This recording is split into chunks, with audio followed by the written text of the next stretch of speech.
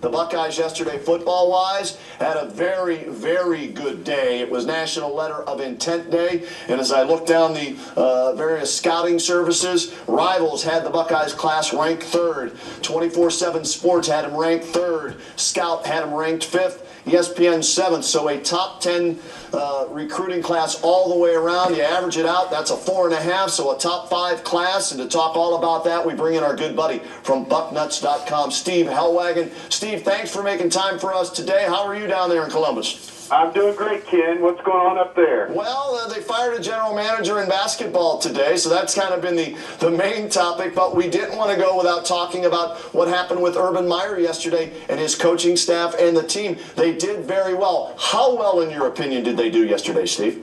Yeah, they stacked another very good class on top of the ones that Meyer had recruited to Ohio State the last 2 years, including the last class that Coach Tressel had. This is 4 top 5 classes in a row for Ohio State, and that's the kind of talent that you can win national championships with if you can stack one great class on top of another. And in my mind, they really filled a lot of important needs in this class. They really had to hit the offensive line, linebacker core, and the secondary very hard in this class, and I think that they really succeeded in doing that. All right, let's talk about the linebacking core, because I heard Urban Meyer say yesterday that the 4 linebackers that they recruited, he expects all 4 of them to play. They're not going to redshirt. He wants them to step in and play, and maybe even one of them start this year. Give me your thoughts on how good that class is at linebacker. Well, you got Raekwon McMillan. He's the first guy probably from the state of Georgia. He's already enrolled at Ohio State, and he was a national top 25 prospect overall. He's a guy that could come right in and compete the middle linebacker spot. Curtis Grant was dinged up at the end of the season, didn't really play much the last half of the season. And in a lot of ways, I would say that job's probably wide open going into the spring, and if a young guy like McMillan can stay healthy and really show what he can do, he's a guy that could earn a spot in the 2 deep, if not the starting lineup for opening day. Also, Dante Booker from up there at St. Vincent St. Mary, the state's Mr. Football Award winner. He's another tremendous talent that the Buckeyes have in this class, as well as Kyle Berger from Cleveland St. Ignatius. The thing about him, though, he didn't get to play as a senior because he injured his knee in the preseason. So there's 3 pretty good linebackers there to go with Sam Hubbard. He's a big kid, 6'6", 230 out of Cincinnati Moeller. Could end up on the defensive line eventually, but probably an outside linebacker coming into college. So they really filled their needs there at linebacker. They're very thin this past year, and now I think obviously the Buckeyes, going forward, have some guys in that linebacker core they can win games with. You mentioned the offensive line. That was another area of need. You're losing 4 starters this year to graduation. There's going to be some shuffling with the players that are currently on the roster. They didn't get as many as they wanted in last year's recruiting class. How'd they do as far as the number that they got and the talent level that they got on the offensive line? Yeah, they signed 5 offensive linemen after only signing 2 a year ago, so that was a major upgrade for them. And obviously they lose the 4 senior starters.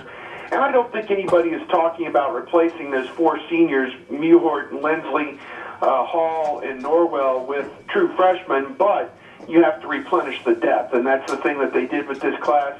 They had to sweat out at the end. Jamarco Jones, a big-time offensive lineman from Chicago, he made a visit to Michigan State last weekend, but on Tuesday night he tweeted out OH, and I think everybody knew right away what that meant, that he was going to be signing with the Buckeyes on Wednesday, and he did that. So to keep him in the fold was huge. They also got Demetrius Knox from Texas. He's a big-time guy. Marcellus Jones from up there in Cleveland. They list him 6'4", 340 pounds, robust. Marcellus Jones already in the fold and enrolled at Ohio State, will be going through spring ball. So those 3 guys are the class of that offensive line group. Also got a couple of guys from Central Ohio, Kyle Trout from Lancaster, Brady Taylor from Bishop Reedy High School down here in Columbus. So it's a 5-man group, and that's going to be the basis of your offensive line going forward after this season. Do you think Jones and Knox have a chance maybe to get some playing time? I'm not going to say start, but be on the 2 deep? Yes, that's what Coach Meyer intimated yesterday at his press conference, and obviously, they only have 1 starter back, and that's Taylor Decker. He was at right tackle. They're going to move him to left tackle. Sounds like Darryl Baldwin from up there in Solon is going to be inserted at right tackle. Then you've got Elfline Boren, those guys in the middle to play center and guard. So it's going to work out, I think, for this year, but they obviously need to plug some holes, and maybe one or both of those guys, Jamarco Jones or Demetrius Knox, could get in the lineup this year, certainly the two deep. All right, what about some skill players? What about some guys on the outside? Because Urban's always looking for speed, elusiveness, that second level that he always talks about. Last year with Dontre Wilson, they were all excited about him. He had kind of an average at best freshman season. Is there anybody in this freshman class with the speed at running back or wide receiver that we could see crack the starting lineup or get some playing time? Yeah, there's several guys. They didn't do a whole lot at running back. They've got kind of a crowded house there already, anyway, with Ezekiel Elliott and Dunn and Ball and, the guys they have coming back. But a wide receiver and at what they call their hybrid or, whatever that position is, the H-back, Curtis Samuel from New York City, he's a guy that is going to come in and maybe compete for time right away. He's already enrolled, as is Johnny Dixon from West Palm Beach, Florida. We got a chance to talk to him yesterday. One of the scouts I know compared him to Santonio Holmes as a guy who can stretch defenses and also make that tough catch over the middle, those slants, that you've got to have to move the chains. They like his toughness, Johnny Dixon. So there's two guys right there, plus Paris Campbell. He played running back there at St. Vincent St. Mary for their two state championship teams, along with Dante Booker up there. But he is projected as a wide receiver, 6'1", 185 pounds. He's going to come in. So you got some guys there that they're obviously going to get the football to. You brought in a Dontre Wilson and a Jalen Marshall last year, James Clark. Got a lot of good young playmakers that Coach Meyer likes to have. Everyone's always looking when you're dealing with a Coach Meyer team, who's going to be the next Percy Harvin? And, when he returned that kick for a touchdown in the Super Bowl, I immediately tweeted out there, who's going to be the next Percy Harvin? Maybe one of these guys will be it. Yeah, let's hope so. Wilson was supposed to be that guy last year. It didn't really work out that way, but he still has time to maybe himself move into that role. What about in the secondary? Because their pass defense was atrocious down the stretch. It cost them 2 games. What did they do as far as recruiting in the cornerback position and at the safety position? Anything worthwhile? Yeah, they did some good things there. They got 2 of the nation's top quarterbacks, probably 2 of the top 5 in the nation, with Damon Webb from Detroit Cass Tech. That's Vernon Golston's alma mater. And then also the number 1 recruit in Ohio from Glenville, Marshawn Lattimore. Those 2 guys are at corner. And Coach Meyer talked about how those guys will have a chance to step right in. They obviously lose Bradley Roby early to the NFL.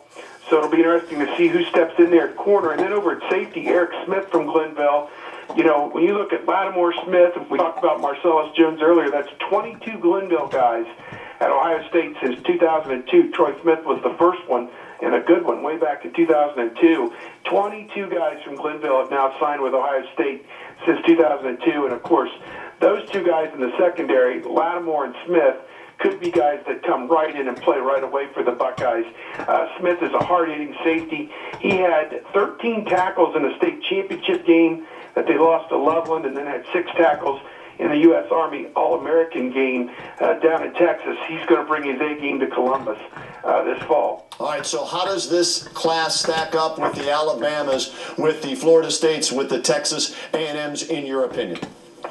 Yeah, it's a good class. I think, obviously, it's the best class in the Big Ten, which isn't saying a whole heck of a lot, because after Ohio State, you kind of dip all the way down to Michigan and Penn State down in the 20s. So, and Michigan State as well did a pretty good job. But, our service 24/7 had Ohio State, Alabama number 1, followed by LSU at number 2, and then Ohio State number 3, and then, of course, national champion Florida was in there in the top 5 as well. So, probably the usual suspects. You could take a look at this list any year, and those 4 schools are going to be in the top 10 most years. And Ohio State, as we said, stacking one great class on top of another is the key, and they've really put themselves in a position to contend for the Big Ten and national championships going forward. So, but the one proviso, Ken, is that division they're in with Michigan State, Penn State, is going to be one of the toughest divisions in college football going forward, especially now that James Franklin's in at Penn State and going to revitalize that program.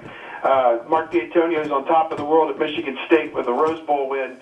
that's going to become something similar to the SEC West, in my opinion, going forward. Let's hope so, because that'll make all the teams in the Big Ten better, Steve. And we appreciate the time and the insight. Should be fun getting ready for the Buckeyes. The spring game will be here before you know it, and we'll be bothering you again to talk some more Ohio State football. Thanks so much for making time for us today, Steve. Great job as always.